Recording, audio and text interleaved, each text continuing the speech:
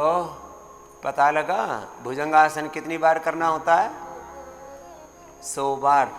अब तो प्रैक्टिकल दिखा दिया और बेटियों से ही दिखा दिया।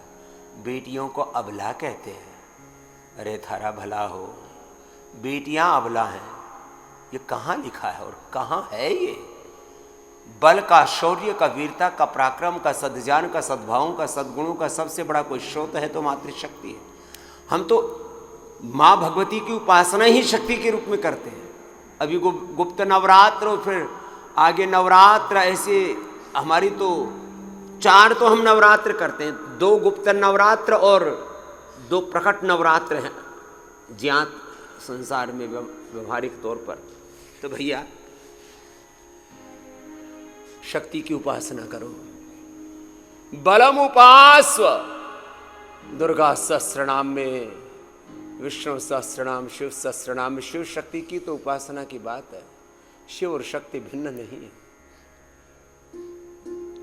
शिव परात्पर ब्रह्म है और उनकी जो शक्ति है वही माँ भगवती है। ये अभेद दृष्टि पैदा करो।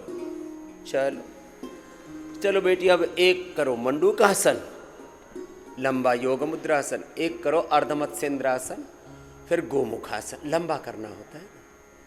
और लेट करके पवन मुक्तासन, उत्तान पादासन, मैंने कहा था ना कल, हाथों की ग्रिप कम हो गई है। हाथ, पैर, पेट, पीठ, दिल, दिमाग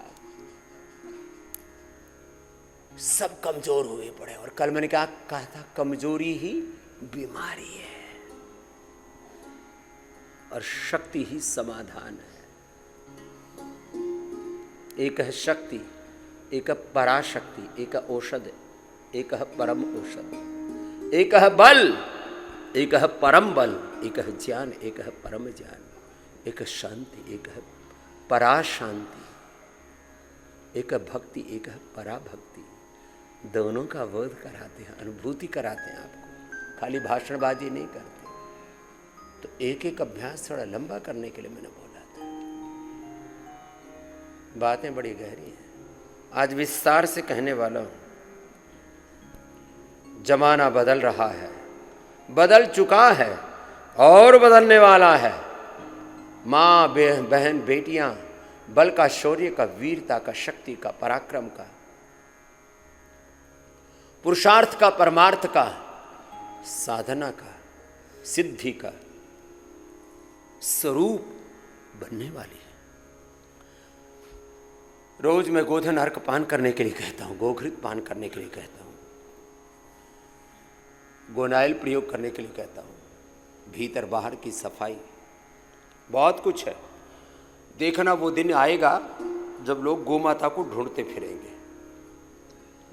देखना वो दिन आएगा जब सात्विक शक्ति से संपन्न माँ बहन बेटियों को, जब पतंजलि गुरुकुलम में, आचार्य कुलम में, पतंजलि विश्वविद्यालय में और भारतीय शिक्षा बोर्ड में पढ़ी हुई बेटियां, उनको लोग ढूंढते फिरेंगे अपना कुलवंश आगे बढ़ाने के लिए, अपनी समृद्धि बढ़ाने के लिए, दरिद्रता को मिटाने के लिए और नए साम्राज्य खड़े करने के लिए। इसलिए मैं कहता हूं अपनी बेटियों को पतंजलि गुरुकुलम में पढ़ाओ।